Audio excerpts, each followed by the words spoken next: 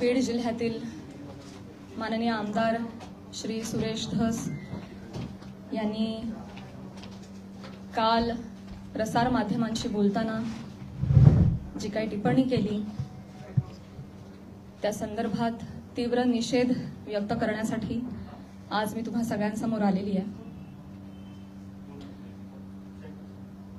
काल नाही तर गेले 1.5 महिन्यापासून हा सगळा प्रकार चालू आहे आणि गेले 1.5 महिने अत्यंत शांततेनं मी या सगळ्याला सामोरी जाते, सगळ्या ट्रोलिंगला, सगळ्या निगेटिव्ह कमेंट्सना। आणि ही माझी शांतता, माझी मूकसंमती नाहीये। मी माझ्यासारख्या अनेक महिला, कलाकार या सगळ्यांचीही हतबलता आहे। हे शांत राहणं तुम्हा सगळ्यांमुळे कुठे ना कुठेतरी आमच्यावर बेतलेलं आहे। एक व्यक्ती आपल्या कुठल्या तरी रागाच्या भरात, उद्वेगाच्या भरात काहीतरी बरळून जाते, त्यानंतर त्या 2 वाक्यांचा मीडिया 1000 व्हिडिओ करतो, तेवढेच शब्द पकडतो, त्याच्यावर 1000 व्हिडिओज बनतात यूट्यूब चॅनल्सवर। मग एका सेलिब्रिटीला त्याच्यावर वक्तव्य करणं भाग पाडलं जातं, मग ती बोलते, मग परत पहिल्या व्यक्तीला वाटतं आता आपण बोललंच पाहिजे, मग ती परत व्यक्ती बोलते, मग आता परत बोलणं क्रमप्राप्त होतं कारण आता नाही बोलली का, गप्प बसली का, मागे हटली, मग ही परत व्यक्ती बोलते। ही चिखलफेक चालू राहते, महिलांची अब्रू निघत राहते आणि सगळ्यांचं मनोरंजन होतं। हे होऊ नये, सगळ्या समाज माध्यमांसमोर ही चिखलफेक होऊ नये म्हणून मी यात पडले नाही। मी शांत बसणं हा पर्याय स्वीकारला, या गटारात मी दगड टाकणं योग्य समजलं नाही।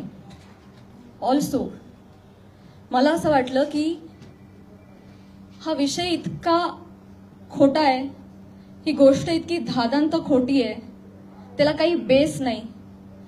एका सांस्कृतिक कार्यक्रमामध्ये सत्कार स्वीकारताना काढला गेलेला एक फोटो, ती आमची एकमेव भेट, धन्यवाद, हा एकमेव संभाषण, एक शब्द, याच्यावरून एवढी आवई उठावी, त्याला मी का प्रत्युत्तर देऊ? जेव्हा त्या गोष्टीवर मी भाष्य करते, 10 लोकांपर्यंतची गोष्टी 1000 लोकांपर्यंत पोहोचतात। ती जर गोष्ट खोटीच असेल तर ती किती काळ टिकणार, त्या गोष्टीला आपण किती महत्व द्यायचं? म्हणून मी त्या गोष्टीकडे दुर्लक्ष केलं। शांत बसणं मी योग्य समजलं आणि याला भरपूर साथ होती ती मी ज्या व्यक्तींबरोबर काम करते, ज्या संचाबरोबर काम करते, माझं कुटुंब, माझा मित्रपरिवार, सगळे आप्तेष्ट, महाराष्ट्रातली जनता, प्रेक्षक ज्यांचं प्रेम आहे माझ्यावर, कोणीही माझ्यावर एका शब्दानेही कधी शंकेच्या दृष्टिकोनातून पाहिलं नाही, कधीही मला विचारलं देखील नाही। प्रत्येक जण भेटला त्यावेळी हे म्हणाला, प्राजक्ता योग्य करतेस, शांत राहा, धीरानं सामोरी जा। या अशा आवया उठतात आणि निघून जातात, सरपास होतात, तू शांत राहा, धीरानं सामोरी जा। ह्या सगळ्यांचा माझ्यावरचा विश्वास नाही, मी आधी पूर्ण करेन माझं सगळं। माईक मध्ये सर्व इको होतो, त्याच्यामुळे तुम्ही फक्त माईक विदाउट माईक तुम्ही बोला। Sorry for interrupt.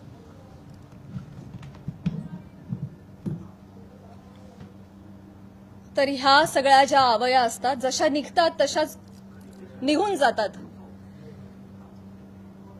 असं सगळं असल्यामुळे आणि या सगळ्यांचा पाठिंबा आणि माझ्यावरचा विश्वास इतका दांडगा होता, ही माझ्यासाठी अत्यंत जमेची बाजू होती। त्यामुळे मला माझ्या चारित्र्यावरचं एक्सप्लेनेशन द्यायला समोर यावं अशी गरजच वाटली नाही। आज ही वेळ येतेय, ही अत्यंत नामुष्की आहे आणि ती वेळ आली आहे कारण एक लोकप्रतिनिधी याच्यावर टिप्पणी करतात। एखादी रूमर आहे, रूमरचंही खरं त्याला स्थान नाहीये, पण एखादी असंच उठलेलं वावटळाविषयी जेव्हा लोकप्रतिनिधी, जे लोक ज्यांना आपण जनतेनं निवडून दिलंय, आपले प्रश्न विधिमंडळात जाऊन त्यांनी आपले प्रश्न मांडावेत, आपल्यासाठी न्याय मागावा, आपल्या हक्कांचं रक्षण करावं, आपलं रक्षण करावं, अशी ज्यांच्याकडून आपली अपेक्षा आहे, अशी मंडळी जेव्हा आपल्यावर चिखलफेक करतात तेव्हा ही गोष्ट गांभीर्यानं घेण्याची वाटली मला आणि म्हणूनच आज मी तुम्हा सगळ्यांसमोर आले। काल जर हे असं बोलले नसते तर मी तशी शांत बसले होते आणि मी याच्यावर कधी भाष्य केलं नसतं, पण काल त्यांनी ते वक्तव्य केल्यामुळे मला आज तुम्हा सगळ्यांसमोर यावं लागलं.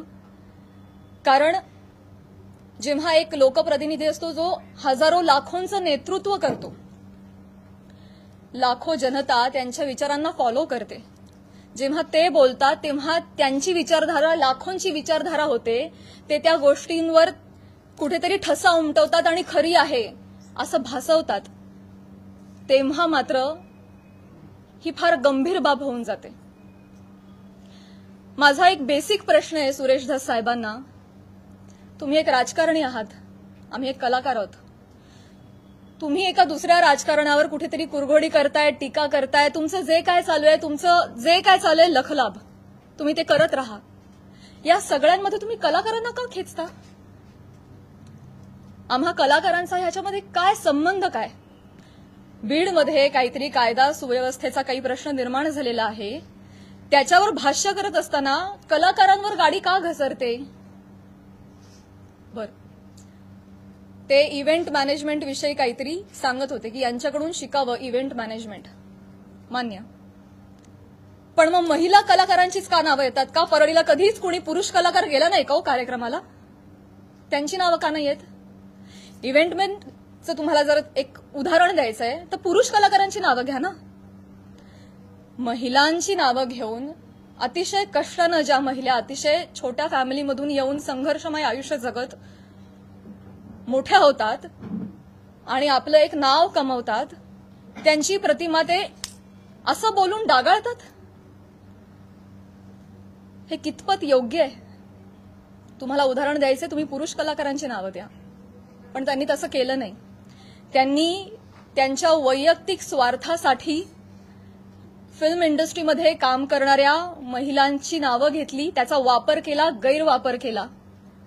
त्यांनी स्वतःचा टीआरपी वाढवण्यासाठी महिलांची नावं घेतली, अतिशय कुत्सितपणे टिप्पणी केली, अतिशय कुत्सितपणे. एक कलाकार म्हणून वेगवेगळ्या शहरांमध्ये जाणं, प्रेक्षकांचं मनोरंजन करणं हे कलाकारांचं काम आहे. आणि फक्त परळी नाही, महाराष्ट्राच्या कानाकोपऱ्यात जाऊन मी याही आधी कार्यक्रम केलेले आणि यापुढेही करत राहणार, आणि सगळेच कलाकार करतात. याआधीही हजारो नेत्यांबरोबर, प्रतिथयश क्षेत्रातल्या सगळ्या मान्यवरांबरोबर फोटो आहेत. मग तो फोटोचा रेफरन्स उचलून तुम्ही कोणाही बरोबर असं नाव जोडून टाकणार का? हे एक महिला म्हणून, महिला कलाकार म्हणून मला अतिशय ही बाब निंदनीय वाटते. महाराष्ट्रातल्या राजकारण्यांना हे कृत्य शोभत नाही. बरं, ते जे बोललेत ते इतकं कुत्सित आहे. अच्छा, त्या पण येतात का परळीला? अच्छा. कोणाला जर नवा चित्रपट वगैरे करायचा असेल तर परळी पॅटर्न अवलंबावा. त्यांचा जे काय जवळचा पत्ता वगैरे काय म्हणायचंय काय तुम्हाला? तुम्ही फक्त महिला कलाकारांच्या चारित्र्यावर शिंतोडे नाही उडवत आहात, महिलांच्या कर्तृत्वावर सुद्धा तुम्ही प्रश्नचिन्ह उपस्थित करताय. का? कुठल्याही पुरुषाच्या किंवा राजकारण्याच्या कुबड्यांशिवाय एखादी महिला स्वकर्तृत्वावर यशस्वी होऊ शकत नाही का? कष्टांनी आणि मेहनतीनं एखादा माणूस मोठा होतो, याच्यावर तुमचा विश्वास का नाही बसत? ही अशी टिप्पणी करून तुम्ही माझी नाही, आम्हा महिलांची नाही, स्वतःची मानसिकता दाखवताय असं मला वाटतं. आणि ही अतिशय खेदजनक बाब आहे. मला पाणी आणि टिश्यू द्या.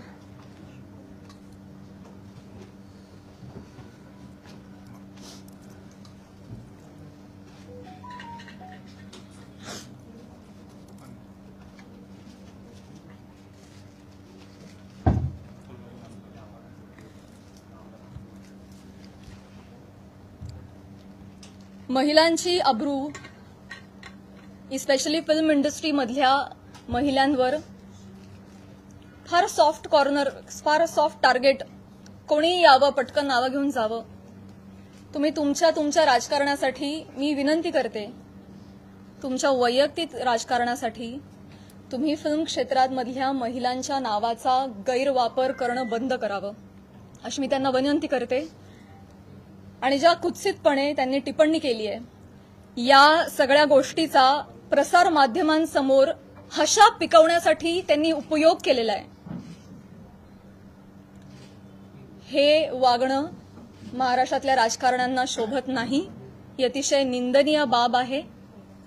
आणि म्हणूनच ज्या कुत्सितपणे त्यांनी टिप्पणी केली आहे आणि हशा पिकवलाय, प्रसार माध्यमांसमोर कसं बोलावं, काय बोलावं याचं ज्यांना भान नाहीये त्यांना मी विनंती करते की त्यांनी तितक्याच विनम्रतेनं माझी जाहीर माफी मागावी. आणि फक्त माझीच नाही, माझ्याबरोबर अनेक महिलांचा त्यांनी चुकीचं नाव घेऊन उल्लेख केलेला आहे. आणि या गोष्टीचा एक उपयोग करून मी त्यांना हेही सांगू इच्छिते की अशा पद्धतीनं कुठल्याही राजकीय गोष्टीसाठी फिल्म इंडस्ट्रीमधल्या महिलांच्या नावाचा गैरउपयोग होता कामा नये. पुढे जाऊन मी हेही सांगू इच्छिते, मी आज महिला आयोगाकडे तक्रार गेलेली आहे. फोन सायलेंट करा. महिला आयोगाकडे दुपारी तक्रार नोंदवलेली आहे. मी त्यांनाही रिक्वेस्ट केलेली आहे की कायद्याच्या चौकटीत राहून तुम्ही याच्यावर योग्य ती कारवाई करावी. मी देखील कायदेशीर कारवाई करत राहीन. याचबरोबर माननीय मुख्यमंत्री साहेब, उपमुख्यमंत्री साहेब यांना देखील मी विनंती करते, काय या दोन व्यक्ती दोन वाक्य बोलून गेल्या, पण प्रसार माध्यमं तेवढीच दोन वाक्य घेऊन त्याचे 1000 व्हिडिओ बनवतात. इतके वाईट मथळे देतात, हेडलाईन्स देतात. समोरच्या माणसाच्या आयुष्यात तुमच्या या मथळ्यांमुळे एक वादळ येऊ शकतं, त्यांच्या करिअरवर परिणाम होऊ शकतो, त्यांची प्रतिमा डागाळली जाऊ शकते, त्यांचं करिअर बर्बाद होऊ शकतं, ते डिप्रेस होऊ शकतात, ते आत्महत्या करू शकतात. तुम्हाला काळजी वाटत नाही या गोष्टीची? आपण आपला टीआरपी वाढवण्यासाठी, आपण आपला एक सेट टार्गेट अचीव करण्यासाठी कुठल्या थराला जाऊन बातमी करतो, त्याचं किती वेगवेगळ्या पद्धतीनं. आता फॉर एन एक्झाम्पल, कालच मी बातमी वाचली आणि ती इतकी हर्टफुल होती. बीडमधील हत्या प्रकरणात आता प्राजक्ता माळींचंही नाव जोडलं जातंय. काय संबंध, काय दोन गोष्टींचा? आपण काय हेडलाईन्स करतो त्याचा समोरच्या माणसावर. ही माझी आई रात्रभर झोपली नाही, 1.5 महिना. मला वाटत नाही तिला शांत झोप लागली असेल. एक कमेंट नाही जी यांनी वाचली नाही. हा माझा भाऊ, यांनी सोशल मीडिया बंद करून टाकला, सगळे अकाउंट्स डिलीट केले. आज हा प्रसंग फक्त माझ्याशी निगडीत राहिलेला नाहीये, हा माझ्या कुटुंबावर त्याचा परिणाम होतोय आणि अत्यंत वाईट परिणाम होतोय.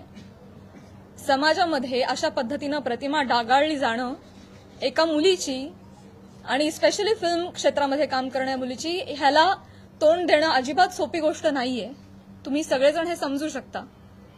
तर तुम्हा सगळ्यांना ही विनंती आणि माननीय मुख्यमंत्री साहेबांना ही विनंती की त्यांनी याबाबत काहीतरी ठोस कारवाई करावी. बेसलेस पुरावा कुठलाही असल्याशिवाय कोणीही बातमी करू नये अशा पद्धतीचे त्यांनी आदेश द्यावेत.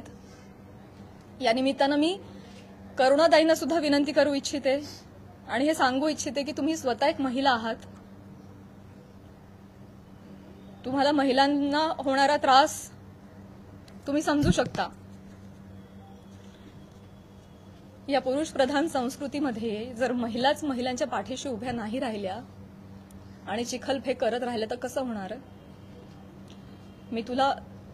मी सांगू इच्छिते की तुम्हाला जी माझ्या बद्दलची माहिती मिळाली आहे ती अत्यंत चुकीची आहे. तुमच्या माहितीचा जो स्रोत आहे तो चुकीचा आहे करुणाताई.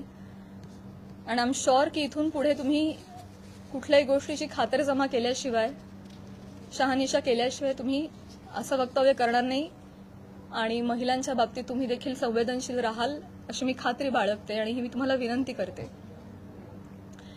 आणि मुख्यमंत्री साहेबांना ही विनंती करते की एका कार्यक्रमातला एका मंत्र्याबरोबरचा एक फोटो याच्यामुळे इतकं वादंग उठावं आणि इतकी आवई उठावी आणि त्याच्यावर हजारो न्यूज पोर्टल्सनी, युट्यूब चॅनल्सनी ह्याच्या न्यूज बनवाव्यात आणि वाटेल तसे ते लाईक्स आणि सबस्क्रिप्शन वाढवत राहावेत.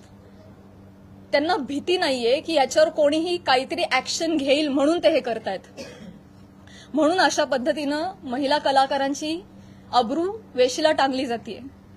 तर याबाबत काहीतरी कडक कारवाई त्यांनी केली पाहिजे.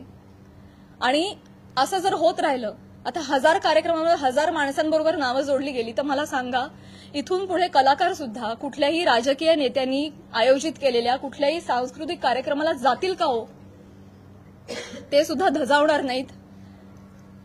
पुढची भविष्यातली मंडळी सुद्धा विचार करतील, अरे कलाक्षेत्रात पाठवायला नको पोरांना, ते काय बरं नाही. आमचं कलाक्षेत्र बदनाम नाहीये, ही सगळी मंडळी त्याला बदनाम करतात. आम्ही मनोरंजन करण्याचं काम करतो, तुम्ही आमची नावं मनोरंजनासाठी वापरता, स्वार्थासाठी वापरता, स्वतःचा टीआरपी वाढवण्यासाठी वापरता. हे अत्यंत चुकीचं आहे. आणि स्पेशली महिलांची नावं पटकन कशी तोंडावर येतात, पुरुषांची नावं का येत नाहीत, यासाठी एक टूल बनवलं जातंय महिला कलाकारांना. ह्याबद्दल मला खेद वाटतो. आणि मी पुन्हा एकदा सांगेन की मुख्यमंत्र्यांना विनंती की तुम्ही याबाबत ठोस कारवाई करावी, आदेश द्यावेत. सुरेश धसांना मी विनंती केलेलीच आहे की त्यांनी जाहीर माफी मागावी. आणि या निमित्तानं मी प्रसार माध्यमांना सुद्धा विनंती करेन, मी पुन्हा पुन्हा तेच बोलतेय. अनेक युट्यूब चॅनल्स, माझी सोशल मीडियाची टीम लीगल नोटीस पाठवून थकली. एक युट्यूबचा व्हिडिओ डाऊन होतो तर 3 रोज नव्याने उभे राहत होते. तर एखाद्या गोष्टीचा एक संदर्भ घेऊन तुम्ही वाटेल ते मथळे देऊन जे न्यूज करता, तुम्ही सुद्धा कुठेतरी या बाबतीत स्पेशली महिलांच्या चारित्र्यासंबंधात असलेल्या गोष्टींवर तुम्ही तरी संवेदनशीलता दाखवणार आहात की नाही? टीआरपीसाठी, तुमचं टार्गेट कंप्लीट करण्यासाठी किती खालच्या थराला जाऊन तुम्ही बातम्या करता, हे योग्य आहे का? असे मला तुम्हालाही प्रश्न विचारायचे आणि तुम्हालाही विनंती करायची की आपण सुद्धा एक सभ्यतेची पातळी सोडली नाही पाहिजे. आपण महाराष्ट्रात राहतो, महाराष्ट्र अतिशय सुज्ञ मंडळींचा प्रदेश आहे आणि तुम्ही कोणीही अशा पद्धतीनं मुळात आदेश आले पाहिजेत, त्याच्यावर ठोस कारवाई झाली पाहिजे. आणि आपण एक माणूस म्हणून सुद्धा, एक मराठी माणूस म्हणून सुद्धा आपण सुद्धा आपल्याला काहीतरी नियम घालून घेतले पाहिजेत असं मला वाटतं. मी माझं पूर्ण करते भाऊ. या निमित्तानं महाराष्ट्रातल्या जनतेला सुद्धा मला म्हणायचं आहे की आपण आता एआयच्या जमान्यात आहोत. सोशल मीडियावर वाटेल तसे लोक व्यक्त होत आहेत. मॉर्फ करणं, video, photo, call recordings, fake generate करणं, फेक चॅट्स करणं, हे अतिशय सोपं आहे. डाव्या हाताचा मळ आहे. आता हे फार अवघड नाही राहिलेलं आहे. तर महाराष्ट्रातल्या जनतेनं सुद्धा सतसत विवेकबुद्धी जागरूक ठेवावी आणि आपण सोशल मीडियावर कसे व्यक्त होतो याची सभ्यता पाळावी. आपल्या आई बहिणीच्या बाबतीत जर अशी गोष्ट घडली असती तर आपण असं लिहिलं असतं का, असं त्यांनीही विचार करावा. सारासार विचार करून व्यक्त व्हावं. सगळ्यांनीच ही जी बाब आहे ती अतिशय गांभीर्यानं घ्यावी. इथे मी फक्त माझ्या न्यायासाठी नाही बोलत आहे. इथे मी आज सगळ्या सिने क्षेत्रात, कला क्षेत्रात काम करणाऱ्या सगळ्या महिलांच्या वतीनं बोलतीये. आज त्यांचं प्रतिनिधित्व करते असं मी म्हणेन की समाजामध्ये उजळ माथ्यानं जगण्यासाठी आम्हाला एक फ्रीडम असलं पाहिजे, एक मान सन्मान ठेवला गेला पाहिजे. यासाठी तुम्ही सुद्धा ती डिग्निटी पाळणं गरजेचं आहे आणि तो मान सन्मान देणं गरजेचं आहे असं मला वाटतं. आणि तुम्ही ते कराल अशी मी आशा व्यक्त करते. एक प्रश्न असा होता, आता ज्या पद्धतीने आता एकच प्रश्न आहे, सुरेश दास महिला आयोगाकडे आपण अच्छा ओके, 1 बाय 1 जाऊया. महिला आयोगाकडे प्राजक्ता माळींची माफी मागणार नाही. सुरेश दास म्हणताय प्राजक्ता माळींची मी जाहीर माफी मागणार नाही. मी त्यांना मागणी केलेली आहे. त्यांनी ज्या कुत्सितपणे हशा पिकवण्यासाठी हा मुद्दा उचललाय, ज्याला काही बेस नाही, तर मी मागणी केलेली आहे. आणि मला खात्री आहे की माननीय मुख्यमंत्री साहेब, माननीय उपमुख्यमंत्री साहेब, महिला आयोग याच्यावर कठोर कारवाई करतील आणि योग्य ती गोष्ट घडवून आणतील. महिला आयोगाकडे आपण तक्रार दाखल केलेली आहे. आपण कायदेशीर पाऊल म्हणजे पोलीस स्टेशनमध्ये जाऊन धस यांच्या विरोधात काही तक्रार दाखल करणार आहात का?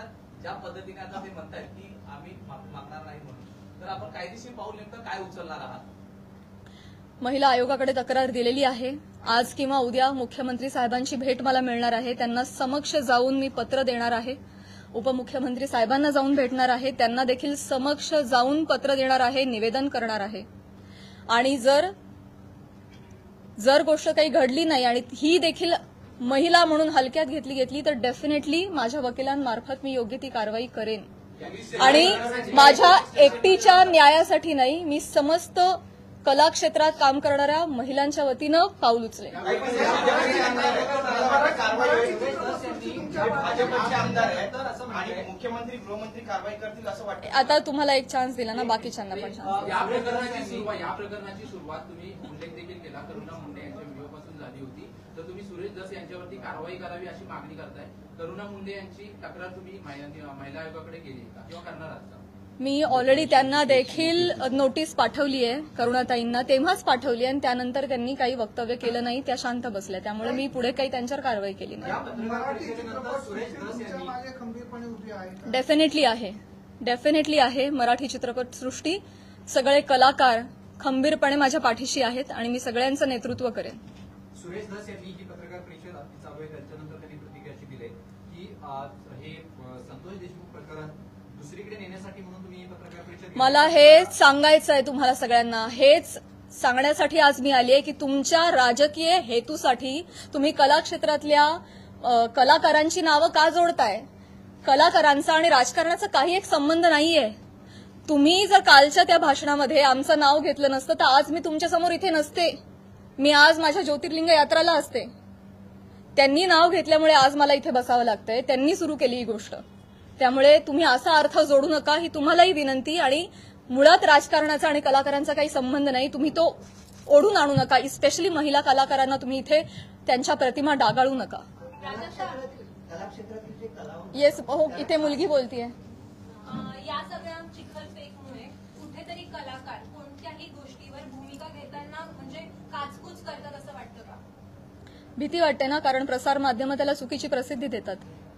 मग यामुळेच पुढे कधी म्हणूनच मुख्यमंत्र्यांना मी विनंती करणार आहे की जर कुठलाही पुरावा नसेल तर प्रसार माध्यमांनी स्पेशली युट्यूब चॅनल्सनी जर अशा काही बातम्या केल्या तर त्यांच्यावर कठोर कारवाई करावी. इनफॅक्ट तशा पद्धतीचे निर्देश त्यांनी आत्ताच जारी करावेत. सुरेश धसांनी फक्त माफी मागावी एवढंच तुमची मागणी आहे की कारण जरी त्यांनी माफी मागितली तरी त्यांच्यावर कारवाई करण्यात येईल? मला आहे ना प्रॉब्लेम एक दोन व्यक्तींनी बोलण्याचा नाहीये, या मला प्रवृत्तीचा त्रास आहे. हा प्रघात पडता कामा नाहीये की कोणीतरी काहीतरी फार कष्टाने नाव कमवतो, कोणीतरी एक काहीतरी येऊन बोलून जातं आणि अख्खी इमेज डागाळते. स्पेशली महिलांच्या बाबतीत मी पुन्हा तेच म्हणेन की नाव घेताना त्यांनी 3 महिलांचं का नाव घेतलं? पुरुष कलाकार गेलेच नाहीत का हो परळला कधी कार्यक्रमाला? मी जेव्हा गेले होते कार्यक्रमाला तेव्हा माझ्याबरोबर सुद्धा प्रसाद खांडेकर, गौरव मोरे ही मंडळी होती. अमीर हडकर, आमचे सगळे कलाकार होते. त्यांची नाही नावं आली. त्यामुळे स्त्री कलाकारांना याच्यामध्ये गोवू नये. राजकारण्यांनी स्वतःच्या स्वार्थापायी टीआरपी त्यांच्या अशा पद्धतीनं वाढवू नये आणि गैरवापर करू नये. हिंदी असो किंवा मराठी राजकीय नेते मुख्यतः कलाकारांना टार्गेट करतात. हे हेतुपुरस्सर किंवा जाणीवपूर्वक वक्तव्य केल्यानंतर त्यांना प्रसिद्धी मिळते. मला हे माहिती नाही ते देण्यासाठी असं वक्तव्य होतं असं वाटतंय का? आणि याचा पाठपुरावा म्हणून तुम्ही कलाकारांची काही संघटना बांधणार का किंवा त्याला एकत्र आणणार का आगामी काळात? मला हेच म्हणायचं आहे की ते काहीतरी बोलून जातात, एक काहीतरी वल्गना करून जातात. खरं तर त्यांनी अशा पद्धतीच्या वल्गना हाणून पाडल्या पाहिजेत एक लोकप्रतिनिधी म्हणून, पण ते त्याला हवा देत आहेत ही गोष्ट चुकीची आहे. पण त्यांना जेव्हा कळेल पुढे जाऊन की त्यांच्या एका वक्तव्याचे 1000 वेगळ्या पोर्टल्सनी 1000 न्यूज केल्यात हे त्यांना कळल्यानंतर खरं तर तेही करणार नाहीत, करुणाताई बोलणार नाहीत. पण त्यांना ही पुढे गोष्ट एवढी मोठी घडतीये ह्याची त्यांना कल्पना नसावी कदाचित. मला जेवढे त्या 2 व्यक्ती बोलल्याचा त्रास आहे तेवढाच त्रास मला प्रसार माध्यमांनी केलेल्या फेक न्यूजचा देखील आहे. सो डेफिनेटली याच्यावर कारवाई व्हावी असं मला वाटतं. या विषयांवर बोलणं टाळतात, सोडून देतात. त्याच्यामुळे तुम्हाला वाटतं का की त्यांना बोलायला वेळ मिळतो किंवा तो चेष्टा मस्करीचा विषय होतो? करुणा मुंडेंनी जेव्हा तुमच्यावर टीका केली तेव्हा जर तुम्ही उत्तर दिलं असतं तेव्हा पुन्हा एकदा तुमचं नाव अशा प्रकारे घेतलं गेलं नसतं असं वाटतं? पुन्हा एकदा मी तेच म्हणेन, पुन्हा एकदा मला तेच म्हणायचंय का कलाकार पुढे येत नाही. मी पहिलं वाक्य म्हणाले की या सगळ्यामध्ये आमची हतबलता आहे गप्प राहण्यामध्ये. का? कारण समाज माध्यमांमध्ये ही चिखलपेक चालू राहते. विषय एवढा असतो कुठेतरी वेगळीकडे जाऊन पोचतो. आज तुम्हाला काय वाटतंय हे चालू राहतं. त्यामुळे कलाकार शक्यतो यामध्ये पडत नाहीत. आणि बरीच मंडळी, मी फक्त कलाक्षेत्र म्हणत नाही, बऱ्याच क्षेत्रांमधली मंडळी गप्प राहणं हा पर्याय निवडतात कारण हे असं जाहीरपणे चिखलफेक होत राहते. म्हणूनच या संदर्भात जर काहीतरी रूल्स अँड रेग्युलेशन्स आले, कठोर नियम आले की जर या गोष्टीमध्ये तथ्य सापडलं नाही, जर कुठला पुरावा सापडला नाही तर त्यांच्यावर कायदेशीर कारवाई होईल त्या न्यूज पोर्टलवर किंवा युट्यूब चॅनलवर. असा जर आपल्याकडे नियम आला ना तेव्हा जाऊन हे बंद होणार आहे. तर असा नियम काढावा हीच विनंती आहे माझी मुख्यमंत्री साहेबांना. पण तुम्हाला जाणीवपूर्वक टार्गेट केलं जात आहे. नाही असं काही नसतं. त्यांनी माफी नाही मागितली तर तुमची भूमिका काय असेल? मला हा नियम आणायचा आहे. मला या निमित्तानं प्रसार माध्यमांमध्ये जे काही न्यूज होतात त्याला पुराव्यांची जोड नसेल तर तुम्ही ते करू नका, केलं नाही पाहिजे. ते खोटं आढळल्यास कायदेशीर कारवाई होईल अशा पद्धतीचा नियम आला पाहिजे. हे माझं खरं उद्दिष्ट झालंय आता.